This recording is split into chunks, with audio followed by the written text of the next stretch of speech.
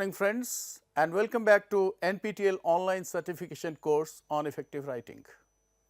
My dear friends, in continuation with the previous lectures, today we are going to focus on some more rules with some more examples on the notions of correctness and appropriateness in order to make you an effective writer.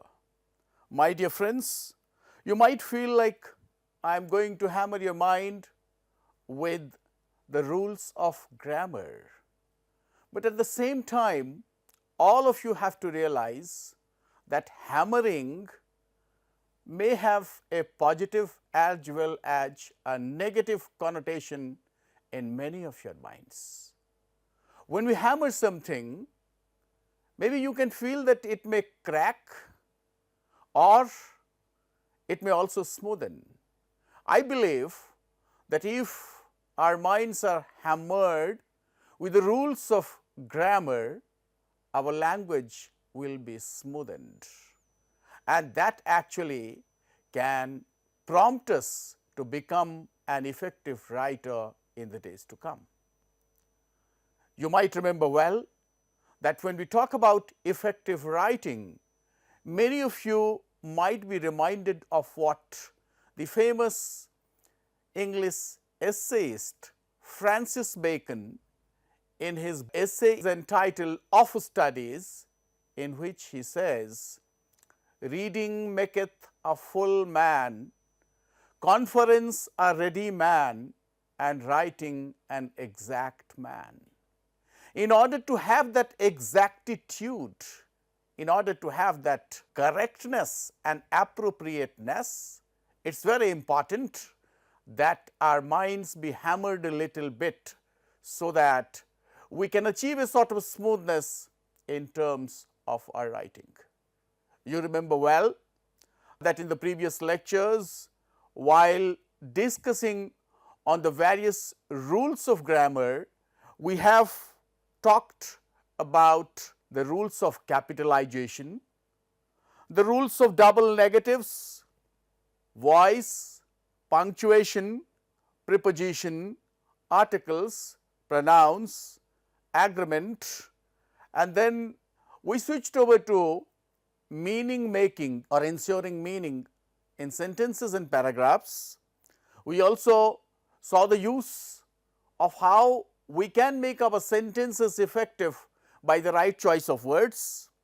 Sometimes it is also because of repetitions, and at times also because of descriptions. But then, my dear friends, the more you enter into the world of grammar and the more you try to measure your linguistic ability, you will often find that there is still more to be learned and there are still many more things to be known. It is actually a feeling among the younger generation today that they actually turn a deaf ear and a blind eye to grammar, but ultimately when they have to draft a document, they actually feel the need of it when their writings are not considered appropriate, and hence the focus on bringing effectiveness by learning some more rules. Now, in this connection, there are certain more rules where we can find that if we simply take some time out of our busy schedule and go back to the rules, we will find that really we are missing on that front. My dear friends, you have already read something on noun agreement, on pronoun agreement, but you know, most of the time pronoun antecedents are ignored. So, the first thing that I am going to talk about is about how pronoun antecedents and their correct uses can make a difference in writing. Here are certain rules and I will also be giving examples. Now, nouns referring to both the sexes are normally followed by a masculine pronoun. What do we mean by nouns referring to both the sexes? Because at times it so happens that you make use of a student, you make use of team, you make use of member, they may either be men or women. So, in that case we have to remember that when we use such nouns, the verb that follows and the pronoun that we use in their place. For example, every student or staff member was reminded of his responsibilities. Now, you may often say that it could be her also. Yes, even if you write her, no problem, but you know, it is always better to follow the rule and use the masculine pronoun as his. We often make use of words like everybody, anybody, somebody, everyone and no one. Now, these words, when they become the subject of a sentence, they are followed by singular pronouns. Fine? Everyone is enjoying the weather, everyone is frustrated with the job scenario. Fine? Everyone is actually, now you see, in all these sentences, though it begins with everyone, everybody, we are making use of singular pronouns. Fine? Everybody, and then the verb that is there, auxiliary that is there, that is. So, everybody is a pronoun and which actually makes use of a singular verb. No one was found guilty in that case. Again, the use of no one as a pronoun and the verb that comes after is singular. We all know, and here we can take an exercise as well, following the rule, a pronoun must agree with its antecedent in number, in person and gender. Pronouns agree with the nearer of the two antecedents. Now, the sentence that is given below you can find, he likes anything and anybody. Anything and anybody as pronouns, but then when you talk about number, which number should be followed, which verb should come. Now, here we find that the antecedent, anybody is antecedent. You are familiar with a precedent and antecedent. Precedent is one that comes before and antecedent is one that comes after. So, here anybody which reminds him of his achievements. Fine. Now, again, sometimes you may use either or, and in that case also we will find the pronoun will be in agreement with the antecedent. Now, either the priest or the organizers must admit their mistakes. Now, in this case, why did it happen like this? Because the antecedents here is organizers, and that is why we make use of there. So, one has to be very particular while one is using pronoun antecedent. Now, one thing which is of paramount importance here to be noted is, in British English, the change from the indefinite pronoun, you all know that one is an indefinite pronoun.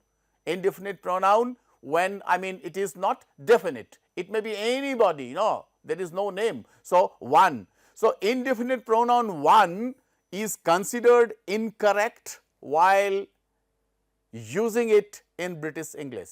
Examples you can take: when one starts a work, one must finish it in time. When one wants to gain efficiency in effective writing, one must join effective writing course of NPTEL. Now, again there is another sentence which actually is a quote by Oscar Wilde: one's real life is often the life that one does not lead. You see here once and again one. So, we are not using here he, but we are using one. So, this is correct in British English. Now, again there is another pronoun named none of. You often make use of none of. So, when you make use of none of as a pronoun, it will actually take plural, fine. So, pronoun sometimes you can also make use of singular, but in most of the cases it is better that you make use of plural. None of these students, none of these builders. Now, here there are two situations. In the first one we have used their as a pronoun, fine, and the agreement is like this, but in the second one we have used his, but we can't say that this is incorrect. So, here the use of singular as well as plural pronoun is also possible. Now, here is this table. I think most of you might have learned this in your school and college days, but you can revisit it, and here we have provided it on the basis of the verbs, and we have also said that how the verbs can change, how there can be an agreement with the subject and the verb. For example, when it is present and all the forms of present, for example, continuous, perfect and perfect continuous, you can practice it on your own. Now, another important aspect which actually leads to correctness, they are auxiliaries. Now, when we say auxiliaries, the first thing that comes to your mind is that how many types of auxiliaries can be there, because most of us often get confused between auxiliaries as to be auxiliaries or to be verbs and then modal verbs. So, here we can make a distinction in both these. Auxiliary verbs are actually helping verbs, we also call them helping verbs, and that is why these verbs take a supportive role in a sentence. There will be a main verb, but what the auxiliary will do? The auxiliary will support. Suppose you make use of a main verb and then this main verb. For example, what are you doing? There are two verbs in this sentence, do and are. Do actually is a main verb and are is an auxiliary verb. Now, when we talk about auxiliary verbs, it is always better to be reminded of the types of auxiliary verb. They can be to be verbs, do verbs and have. These are main auxiliary verbs. Apart from these auxiliary verbs, there is also another special type of auxiliary verb that also has a role to play in grammatical mood, fine, and these are actually called modal verbs, modal auxiliary verbs. It actually denotes when a person actually is going to do some action and we can extract the mood of the person, fine. For example, the sentences are there and you will find in all these sentences the use of modal auxiliaries have been made, but at the same time each of these modal verbs actually reflect a different sort of meaning. For example, when somebody says, I can speak 3 languages, fine. So, what does it indicate? It actually indicates the ability of the person. Sometimes you make use of must, no? We often say, you must do it, fine. It must be almost time for grammarians to yodel again. So, the use of must, fine, must becomes a sort of mandatory, isn't it? Something that has to be mandatorily done. He will bake a cake later for his mom's birthday party. Now, again this will actually shows not only the willingness, but also a sort of possibility. But when somebody says, I can come with you to the hospital, it actually expresses the person's ability, it expresses the person's willingness, it also expresses the person's wish. But at the same time, when somebody says, I can see the moon, I can see the moon. Now, what does can indicate here?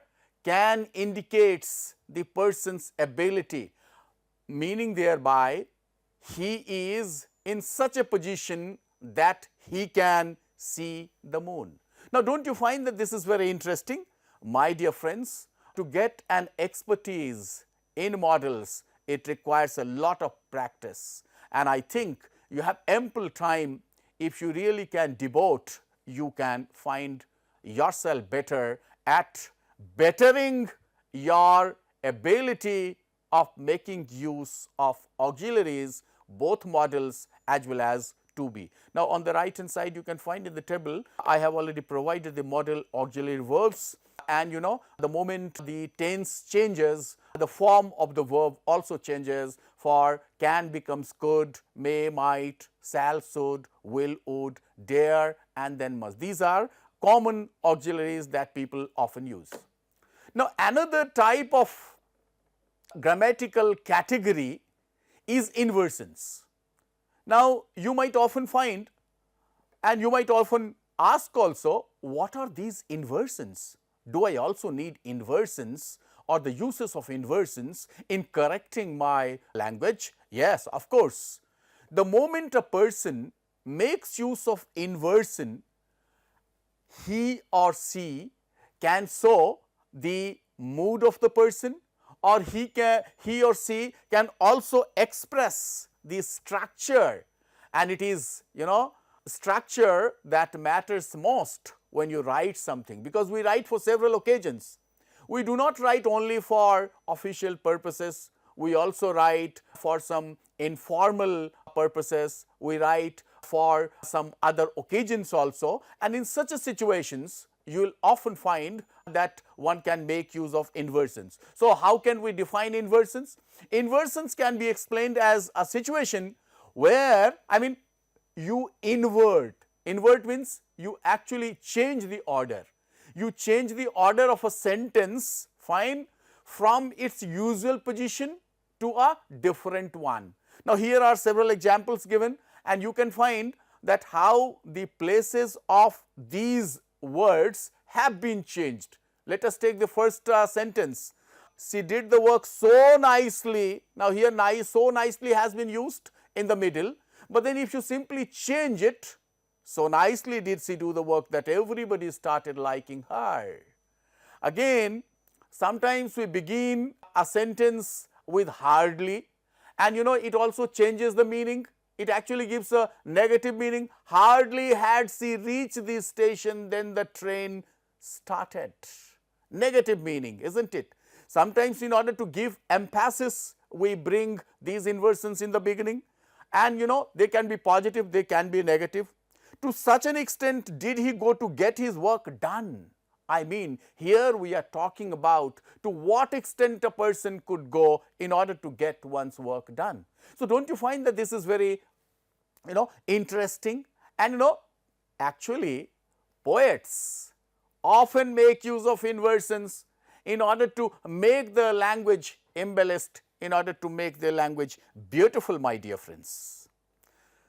Now, another important thing that many of us often miss is the use of question tags in effective writing. In order to make your writing effective, suppose you are writing a letter to a friend, to a very near and dear one, to a very intimate one, or to some of the family members. Now, the letters at times may appear as if you are talking to them, isn't it? And for that, and even in speaking also, you make use of tags just to seek the confirmation or the affirmation. So, sometimes these statements begin with command, but it may end in very short question like items. I teach well, don't I? I am a good teacher, aren't I? You are a very good listener, aren't you?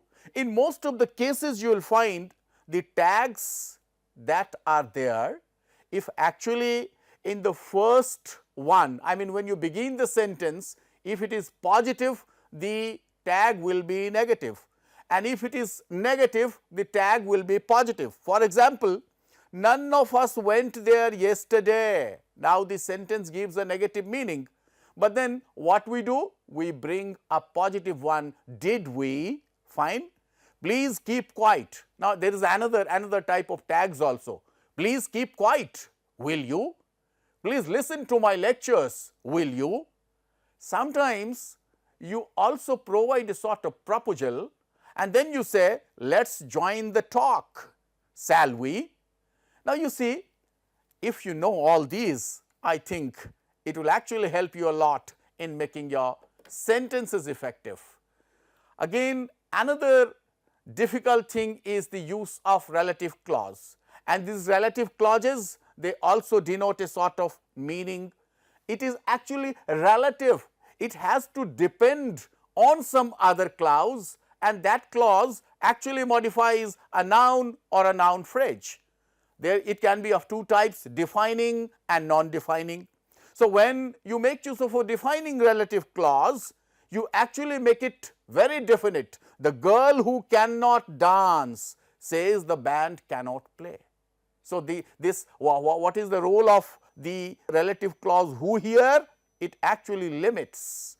At the same time, suppose we make use of a non-defining relative clause, then we make use of whom or who. She was cheated by her friend whom she loved so much. Priestley, who discovered oxygen, was a British scientist. It is non-relative clause, but then the way it is used, it actually leads to the proper meaning. My dear friends, in the previous lectures, we have talked about the use of prepositions, and you know, the use of prepositions effectively and correctly is actually at times full of problems. Even even after years and years of our knowledge and learning, we do not find ourselves too much confident of using prepositions. The same is true when we make use of prepositional phrases and phrasal prepositional verbs. Now, you might be thinking, what is a prepositional phrase? You know the preposition, but when we add a preposition to a verb, it becomes a prepositional verb. For example, call in, call on, call off, call into, call upon.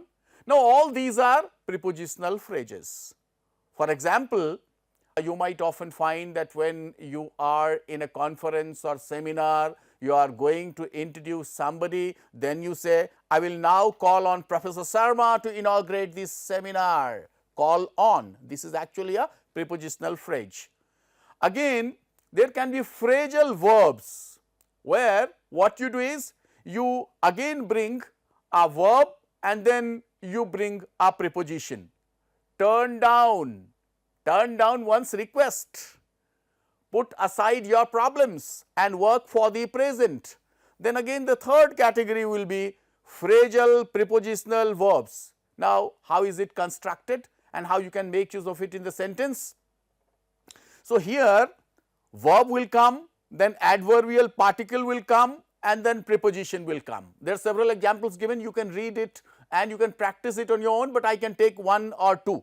For example, make a move. What is the meaning? Make a move. So, you want to go, isn't it?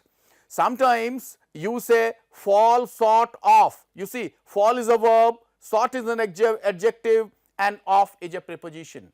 So, fall short of one's expectations, fall short of content, fine. And again there is another chop and change, verb, conjunction and verb. So, these are all going to help you when you are going to make sentences so that they can become very effective.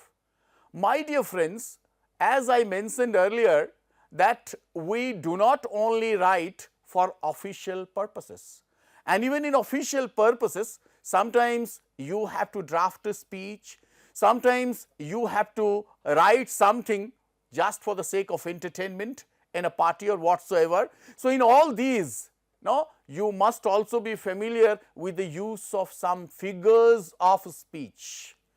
Now, you might be thinking, what are these figures of speech? Though here we will devote only a little bit of time, but in some other lectures we can talk about it in detail. But then let me introduce you to the world of figures of speech. Figures of speech may be the use of tropes, may be the use of some figurative languages, But then these figures of speech are a sort of linguistic device. And what is the role of these devices? These devices make your utterance very effective. And every now and then you cannot talk the routine matter. Sometimes you also want to write something that can actually provide pleasure. That is why figures of speech can provide us with an opportunity to transcend the drabness of day-to-day language. You all are familiar with the famous line of William Shakespeare's famous drama Macbeth, where the drama begins with this line, "Fair is foul and foul is fair, hover through the fog and filthy air." Doesn't it sound very musical to your ears? Fine. So, this is actually the opening of the play, but then this is alliteration. Alliteration.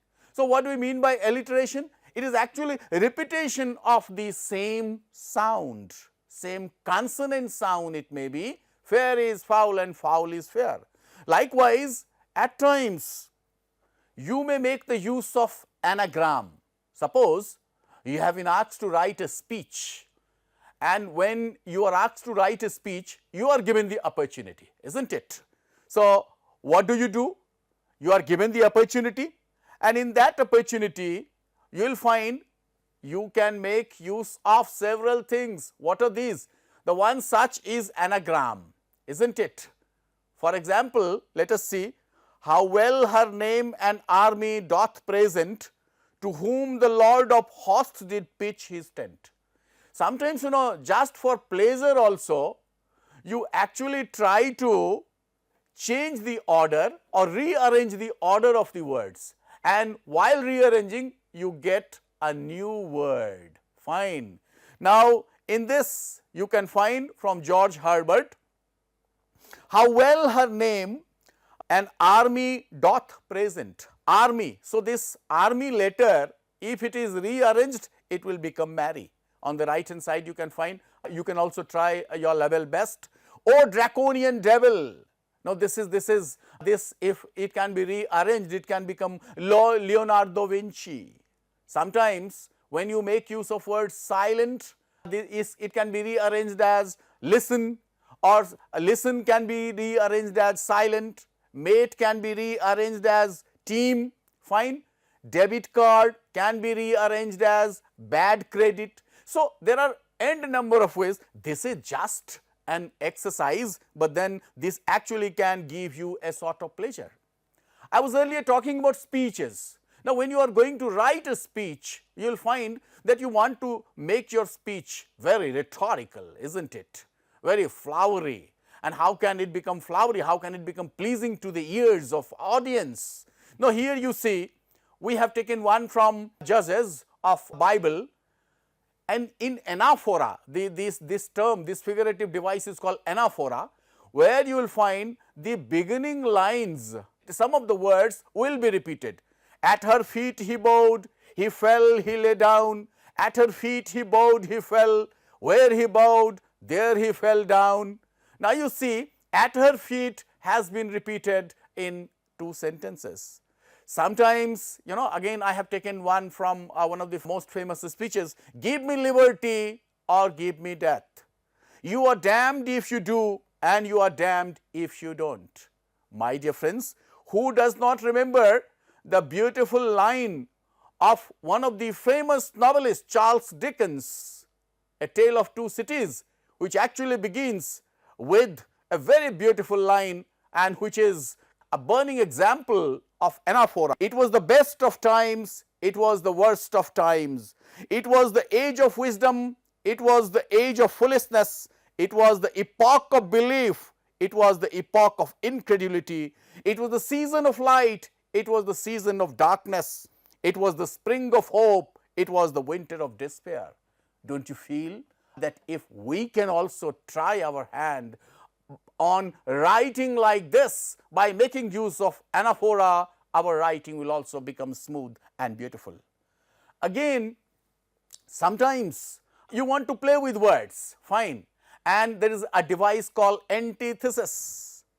here we take something from Francis Bacon, who says, crafty men condemn studies, simple men admire them, and wise men use them.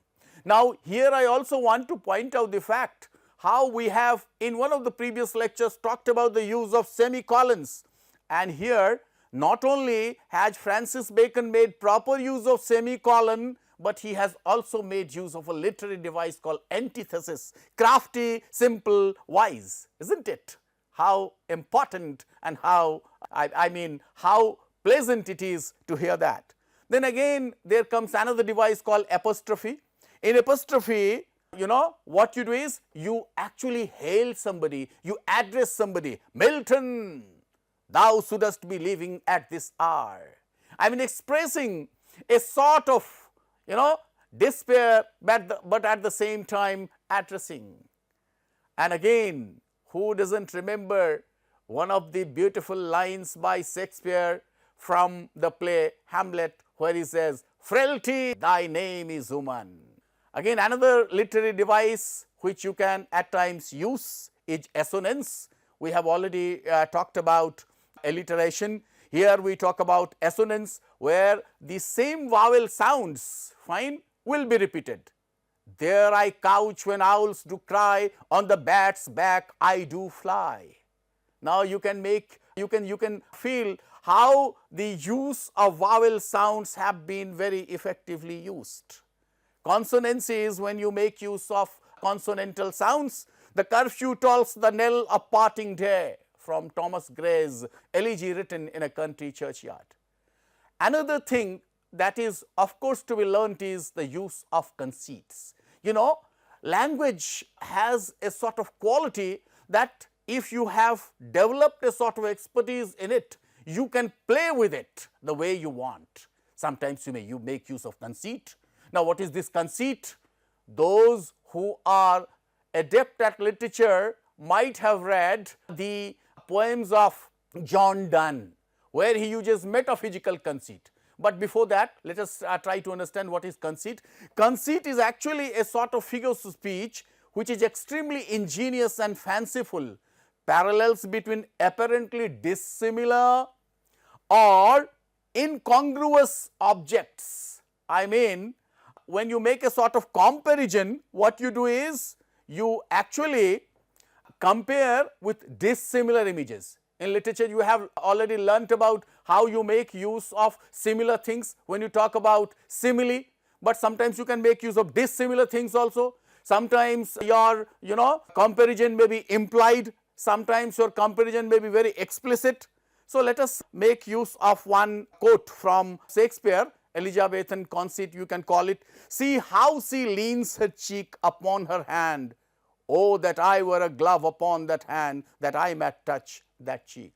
It is actually from Shakespeare's Romeo and Juliet. We have already given examples in the previous lecture. Now, here the context is that Romeo and Juliet, they are in love with each other, but then Romeo once wanted to have a look at Juliet, and then Juliet was just hanging by the side of the window, and there Romeo said, see how she leans her cheek upon her hand. Oh, that I were a glove upon that hand, that I might touch that cheek. Now, metaphysical conceit, as I told you, that this has been used too much in the works of John Donne, and here Valediction, Forbidding Morning, you can find two dissimilar images have been compared. If they be two, they are two so, as stiff twin compasses are, thy soul the fixed foot makes no so to move but doth, if the other do, and though it in the centre sit. Yet when the other far doth roam, it leans and hearkens after it, and grows erect as that comes home. So, here the lovers are compared with the twin legs of the compass, where the poet says that though they are two legs, but they are in one. Then a metaphor. Metaphor is an implied comparison, and we have taken one example from Byron. One said the more, one ray the less, half impaired the nameless grace, which waves in every raven tress of softly lightens over her face. The best example that can be given of metaphor from Shakespeare is life is but a walking shadow. So, this walking shadow is the metaphor that is about life, how we are. Metonymy, where we mention one thing, but we refer to something else. I have been reading Shakespeare. So, you talk Shakespeare, but that actually means that you have been reading the works of Shakespeare. Onomatopoeia, this is actually the sound which actually provides you the sense. When you talk about, suppose somebody says hiss, suddenly in your mind the image is of a serpent. Budge, splash, whiz, many more, fine. Oxymoron, in oxymoron what you do, you again make it sort of opposite. I must be careful only to be kind. Then paradox, personification, many of you might have been familiar with it, that when you provide human qualities to an object. And then simile is very simple, that is when you talk about the likeness. Let us go then, you and I, when the evening is spread out against the sky like a patient etherized upon the table. So, most of the similes will be preceded by like. So, whenever there is a like, you must understand that it is actually the use of a metaphor. My dear friends, we have already talked about hammering of the grammar, but also talked about the smoothing of everything with the help of some of the figures of speech.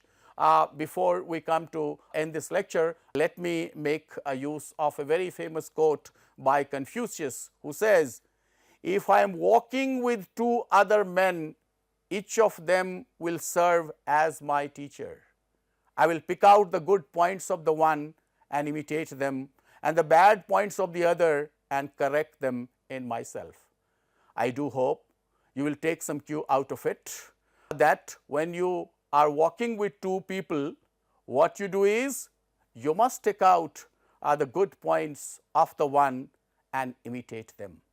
All these lectures we have been delivering is only because our listeners could imitate and take something good out of them in order to correct their language, and in order to make their language effective, and in order to attain effectiveness in terms of writing. With this, we come to the end of today's talk. Thank you very much. Have a nice day.